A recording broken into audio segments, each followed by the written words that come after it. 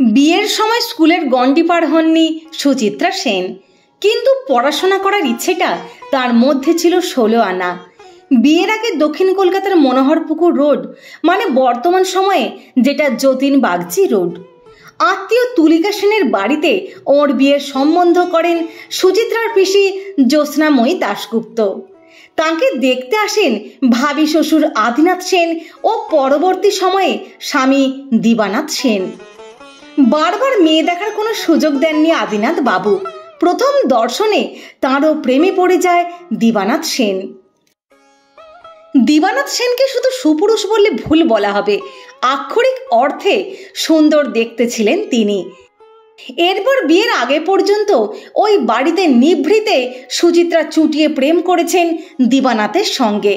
পেশায় তিনি ছিলেন মেরিন ইঞ্জিনিয়ার। ওদের বিয়ে হয়েছিল পাবনায়, আর বৌভাত হয়েছিল বালিগঞ্জ প্লেসের বাড়িতে। স্বাভাবিকভাবেই তাদের বাড়ির আদব কায়দার মধ্যে যে সাহেবিয়ানার প্রভাব থাকবে তা তো বলাই বাহুল্য। দিবানাথের সঙ্গে রমার বিয়ে হবার পর সেন বাড়িতে এসে তাকে শিখতে হয় গান, সাহেবী আদব কায়দা। বিয়ের আগে বেশি দূর পড়াশোনা করতে না পারার জন্য তার ক্ষোভ মিটে যায় অচিরেই। বাড়িতে গভর্নেস রেখে রমার পড়াশোনা ও আদব কায়দা শেখার ব্যবস্থা করা হয়। বিয়ের পর দিবানাথ রমার রোমান্স পরবর্তী সময়ে অনেকটাই জমাট বাঁধার জন্য তার রেশ রয়ে গেছে বাংলা ছবি রাজরানীর মনের মধ্যে। তারই সুবাদে কখনো সখনো ঘটনা পরম্পরায় সুচিত্রা সেন বলে ফেলেন, তুতু এটা করত। যখন বিলেত গেছি ওনা রাস্তার মধ্যেই আমাকে জড়িয়ে ধরেছে। উল্লেখ্য, দুবার তিনি স্বামীর সঙ্গে বিলেত গিয়েছেন। সুচিত্রা সেন স্বর্গের কোনো পরী নন। সুচিত্রা সেন অন্য কোনো গ্রহের জীব নন। তিনি আর 5 জন বাঙালি ঘরের মেয়ে বউয়ের মতো। তাই তো তার মধ্যে স্বাভাবিকভাবেই লক্ষ্য করা গিয়েছে আর 5 জন মেয়ের মতো সুখ দুঃখ চাওয়া পাওয়ার ঘটনা। দিবানাথ ও রমা কামনা করেছিল ওদের একটি পুত্র সন্তানের, কিন্তু সেই পুত্র সন্তান হয়ে মারাও যায়। তারপর মনমনের জন্ম।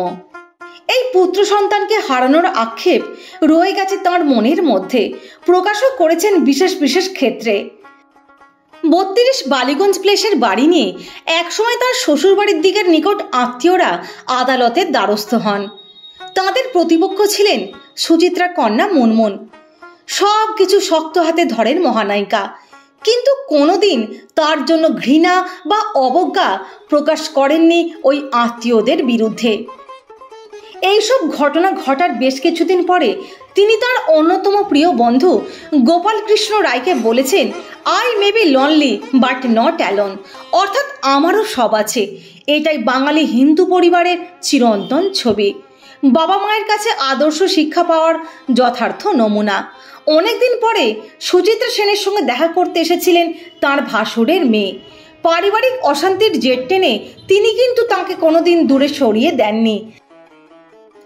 উত্তম কুমার ও সুচিত্রা সেনের মধ্যে আরও এই ধরনের মানসিক আচরণের প্রকাশ সংবাদ পেয়েছে বিভিন্ন সময়ে বিভিন্ন মানুষের মাধ্যমে। সত্যি তাই না তারা মহানায়ক মহানায়িকা হতে পেরেছেন?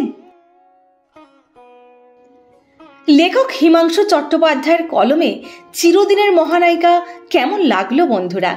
অবশ্যই আপনাদের মূল্যবান মতামত জানাবেন। লাইক, শেয়ার এবং সাবস্ক্রাইব করে সঙ্গে থাকবেন। সকলে ভালো থাকবেন, সুস্থ থাকবেন, অনেক ভালোবাসা নেবেন।